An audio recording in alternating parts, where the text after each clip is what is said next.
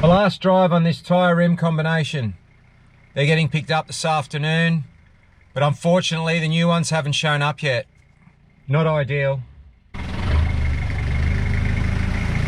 So these are the Neg 50s that we run, that we've bead locked, and that's a 1-inch spacer behind that wheel. So that's scrutineering. They sort of do this with a straight edge from the bottom of the tyre to the flare, and if it's not touching in the middle, you're inside the guards. So we've got to make sure that these new ones have that same track. Now the back spacing on these 16x8s is 65 mil. I've always liked using the 1-inch spacer. Pros and cons. So the pros for it were that the nut could never come loose because it's basically up against the back of the rim.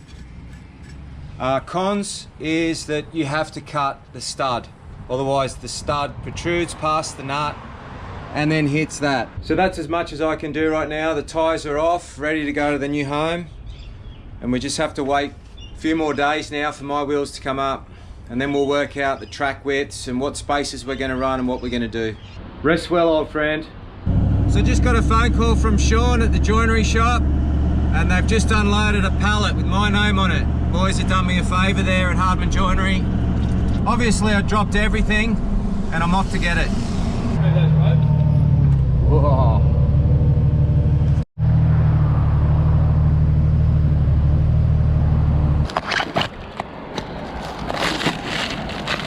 So it's the first time I've run the 17s in the 37s, and I'll tell you why. Because the rims that Roadrunner have sent up are a 17x9. They're a trail gear beadlock. And Cameron and the boys down there at Roadrunner Offroad were nice enough to put the tyres on the rims for us. They knew what very little time we had to get these together. Now the bit that worries me about this whole bolt up process is going to be my width, the track. I can't come past that, but I also can't be too far in. These are a 17x9. We're just going to measure the offset and I'll explain a little bit about what the problem's going to be. So I'll attack this bit first. These are a 17x9. We've got a track width to work to. Plus I don't want the tyre too far in that it's going to hit the springs at full lock. So what we'll do first is that same bit of timber, we're going to measure back. So we have a size there of 95 mil. 65 was last time. These rims are going to be set in an extra 30 mil as we sit. So what I might do before I decide on my options is just bolt one up and stick the straight edge up against the flare. Now these are fresh 2020 treps, super soft. And the other thing too, with the 17s in the 37, they're actually an inch higher in diameter overall. You do lose 0.5 of an inch of sidewall tread due to the bigger rims. But it's just going to be getting the offset right.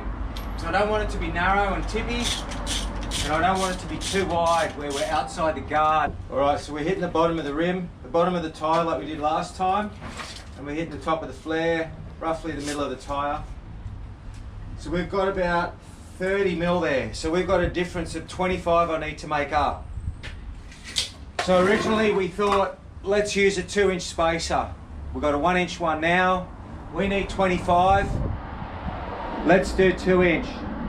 But then I got a bit worried that I'd be too wide. So there's a set of 38s coming up. So we'll unbolt the 25s and throw the 38s on, and I've got a 6 mil spacer to put in if I need it. Being the 9-inch wide, I was worried that if I went out the 2-inch, all of the offset would come out. Changes the whole look of the truck. It's just that it's sitting well inside, so I'm not liking that.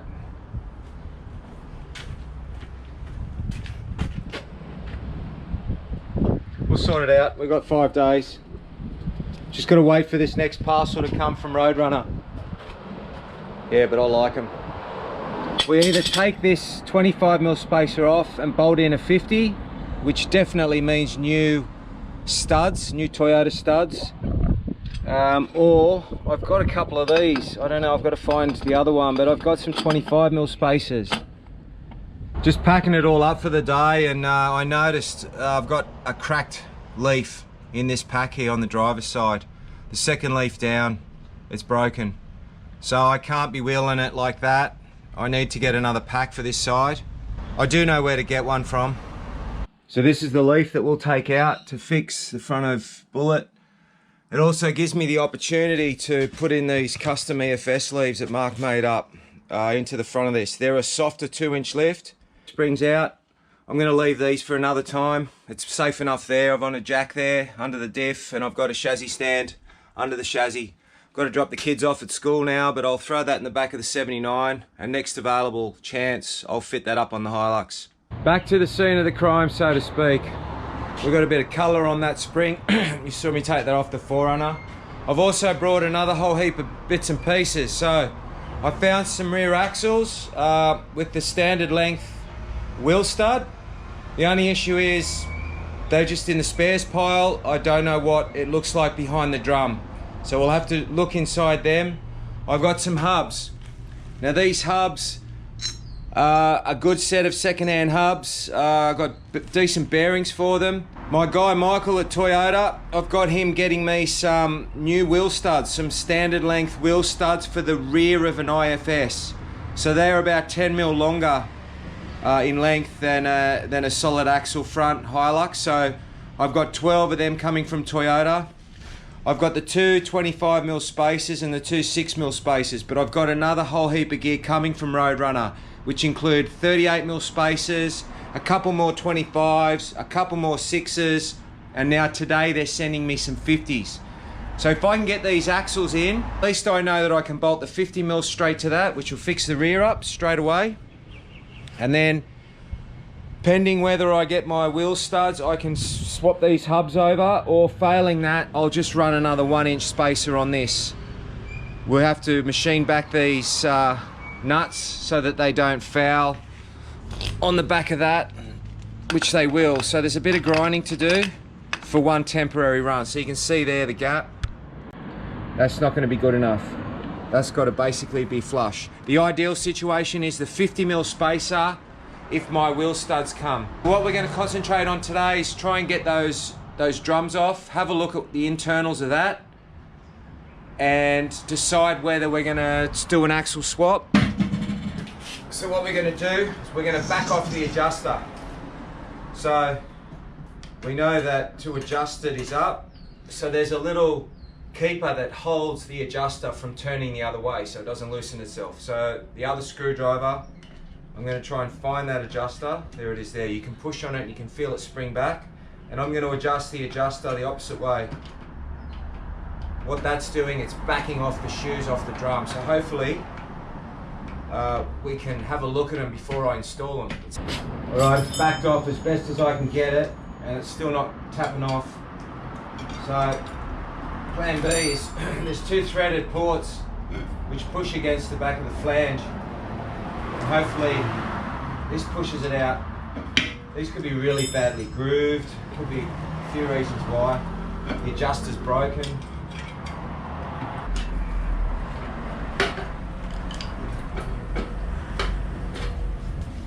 Alright. See, I don't know the condition of the wheel cylinder. I don't have other wheel cylinders. I put some in there, but I'm not going to pull them apart. But what we're chasing are these. We want the full length studs. The lining looks good. I might give it a wash. You know what, I might just change it. That way I know that the back's done.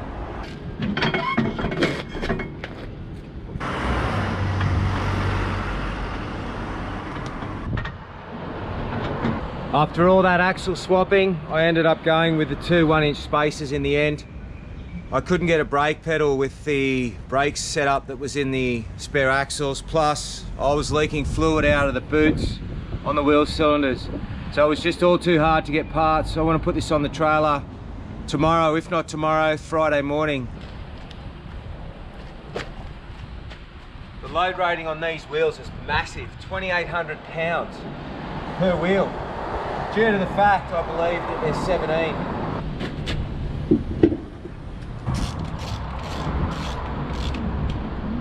That's what I'm talking about.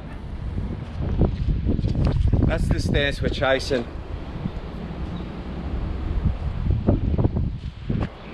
Tomorrow after work's gonna be another mission. We've got to change that broken leaf, adjust some steering bits and pieces, and work out how we're gonna get 50mm on these front ones. Hopefully my delivery from Roadrunner comes There was a delivery. These are the cups for the drop drag link. These are the 6mm spacers. And these look like the 38s. Yeah, they are. So the 50s must still be on their way. Bit of a sleepless night. I've been going at it. I came here last night and did some preparation.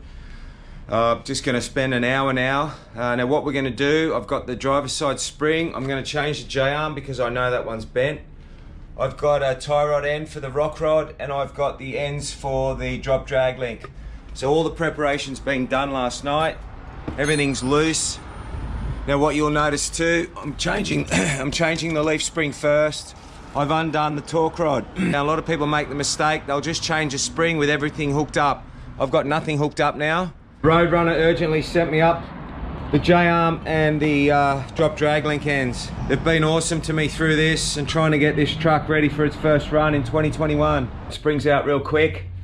Just please make sure you've got a big chassis stand on your chassis when you're doing this. And you can see how much that's dropped away, the torque rod. So that would have held, you know, made it a little bit harder to drop all that distance. The J-arm's starting to come loose. You just got to make sure your brake lines, mine are extended. And the other thing is your airlocker line. So mine's got a bit of play in it. Springs back in, so we're 15 minutes into this now. Sitting in position now, I've just got a stand or a jack under the hub because I'm going to release the J-arm. I've already undone this tie rod end and I have belted it. It's not the right way to do it, but we're replacing the J-arm, so it doesn't really matter. So much easier doing it like this, hey Adam, than when we did it down a Yowl. Anyway, I'll get this off. It's just going to need a tap with a bit of a wedge and then we'll get the new one on. It's pretty much just like for like. Don't have to muck around with shims or anything. But you need this there so that when you take this off, it doesn't just roll over. J-arm's out. Problem I've got, and it's happened to me in the past, is the whole studs come out. So the thread and the pocket for it has wear and tear. You know, I could thread lock it. I just pulled out the spare housing I've got and I undid the nuts and the studs stayed in. So what I'm going to try and do, I'm going to try and get these studs out. Failing that, I'll have to change the whole knuckle. So there's my hour gone. Anyway, I'm going to get to work and come back at lunchtime and have another hour at it. I didn't get back here yesterday, unfortunately, to finish off the steering setup. But I got in at about 2 this morning, 3 o'clock this morning, and I put it all back together. So it was basically all, you know, finger tight. I just had to come in and... So the new J-arm's in, I put new threads in, the new tie rod end on the rock rod. I've got the cups in both ends of the drop drag link, and that's a new pitman arm too. So we should be all good for that. Our parcel did arrive from Roadrunner Offroad. Cameron and the boys, magicians, they only sent them yesterday. So they're the 50 millers, and my main concern was I wouldn't have enough thread to bolt these on with. But as Cameron said, it's actually the same. It's the same amount, 25, 40. They all have the same amount of section there to bolt it up to. I still can't get over how quick Cameron got these up here. Yesterday we talked about it. Amazing, genius. Oh, Roadrunner Off-Road, you can't fault them. Alright, so we're going to bolt this up. This was my main concern. But it looks like there's plenty of thread. Unfortunately, it's not all happy. We have hit a hiccup. So the 50mm spacers, obviously the 13/16, I've had to grind it down to basically nothing. So the HiLux wheel studs are a 13/16. I need to source a 3/4. Nothing's open right now, everything's shut. So I'll have to get them from Toyota for next time. So this has got to go on the trailer tonight because we're leaving in the morning with it. So I've got to go back to plan B, which now is 2 25mm spacers together. So lucky they boys sent me these up. So I've flushed up the earlier stud. Now I've got to cut these studs back so they're not too long and hit the back of the rim again.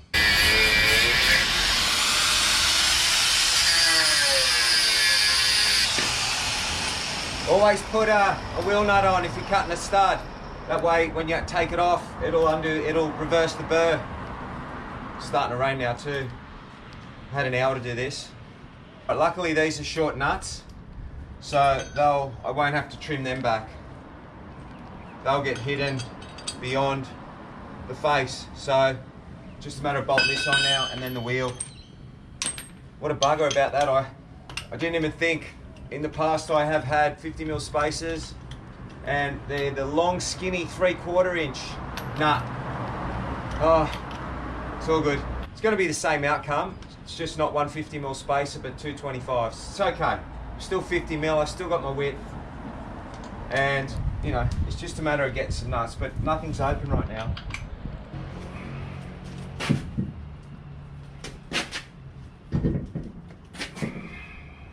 A little bit worried about scratching them, you know. They look so beautiful, but they will get scratched. First rock. Big run Sunday, 10 really capable trucks. Should be some good footage. A lot of comp trucks in that 10 as well. So please subscribe for notification of the upcoming series. Special thanks to Cameron at Roadrunner Offroad and Barry. Couldn't have done this without you this week. It's been a punish. You're so far away, but you're getting the stuff up to me so quick. Appreciate it. Thank you very much. Hopefully we do these wheels and tyres some justice this coming Sunday. As always, thanks for watching.